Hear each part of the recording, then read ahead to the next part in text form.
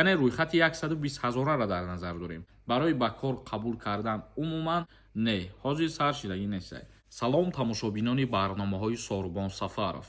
як информатсияи нав ба маълумоти шумо мерасонем. ҳатман дар видео лайк монен, бодиққат бошен ва гӯш кунед. нафарҳое ки дар Федератсияи Русия қарор дорен ва хоҳем фаҳмидан ки патентҳои шумо оригинала ё ки сӯхтагие, барои уведомлед накардан патента метавонанд ки аннулировать кунанд. номери WhatsApp да бинависонед, ин чиза аниқ мекунанд, барои шумо мегӯянд. аз 5 феврали соли 2025 кормандони милитсия дар Федератсияи Русия ҳуқуқ пайдо мекунанд ки муҳоҷирони кории қонуншиканро аз ин кишвар ихроҷ намоянд.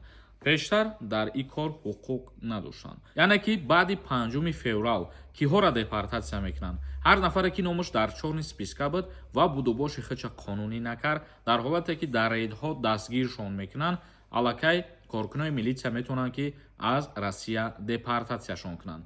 ва як чизи дигар, муҳоҷироро ба кор намегиранд. дар кадом ҳолат? муҳоҷироне ки инчунин дар чорни спискаи Федератсияи Русия, яъне рӯйхати 120,000-ро дар назар дорем, дар ҳаминҷа ному фамилияшон ҳастай ва документҳои худшона қонунӣ кардагӣ нестану ҳозирам дар ҳамунҷа зиндагӣ доранд, дигар баъди 5 феврал намегиранд дар ягон ҷо ба кор увора. агар рафта ба ягон ҷоро муроҷиат кунанд ки моро ба кор қабул кунед ва дар ҳолати ба кор қабул кардан бинанд ки беҳуҷҷат бошанд, ана ҳамон ширкат, ана ҳамон корхона метавонад ки шаҳрванди беҳуҷҷата гирифта ба милитсия буспора, ё ки агар ҳанамун корхона шаҳрванди бедокумента гирифта ба кор қабул кунад, ширката ҷаримаи калон мекунанд. ба ҳамин хотир бо эҳтиёт бошем бародарои азиз. баъди 5 феврал чанд тағйироту иловаҳо дар бораи қонунгузории Федератсияи Русия оиди муҳоҷирот ба амал медарояд. барои бедокумент будан, барои киҳоро депортатсия мекунанд, барои ба кор қабул кардан умуман хеле ҳай бародаро. боварӣ дорам ки дар ҳамин видео мо ҳамаша ба шумо кӯтоҳ ва сода фаҳмондему, шуморо ҳам осон фаҳмидем. акнун комментарияҳои шуморо мехонем. бо диққат гӯш кунед. ягон нафари шумо ҳуҷҷат надошта бошед ва хоҳед ки граница гузарен, ҳуҷҷат бикунед, номерошон меброя, занг занед, границаи Қазоқистон мебаранд. як нафар нависондай: ассалому алайкум акаи Сорбон, ҳамин даъваткунӣ ба хизмати ҳарбӣ меган барвақттар сар шидай, рост бошад? не, ҳозир сар шидагӣ нестай. аз 1 апрел сар мешава то 27 мая давом мекунад. як нафари дигар нависондай: салом ака, видео оиди хизмат чӣ шидаг?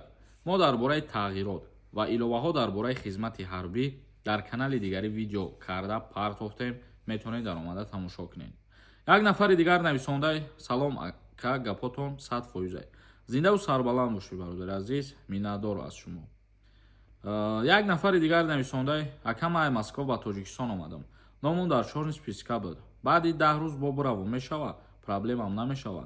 хубтараш ки як камтар бесен баъд буред, мисол баъди 5 феврал сафар кунед, и плюсаш барои фоидаи худтон мебошад.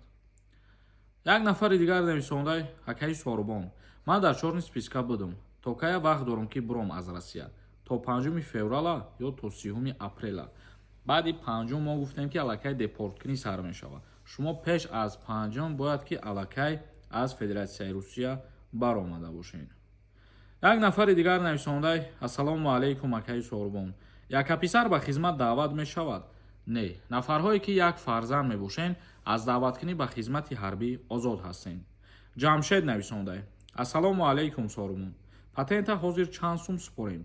дар кадом шаҳр қарор дорен шумо? вобаста аз рӯи нархномаи навш ҳозир маблағша пардохт кунед. яъне ки ҳар сол патент қимат мешава. аз моҳи январ нархномаи нав бировардагиам, мо дар бораш ҳатто видео кардагием, тамоми шаҳрҳоро дар бораш гап задагием. зиндаву сарбаланд бошед. то видеоҳои дигар, худованд ҳамаи мо шуморо нигаҳбон бошад.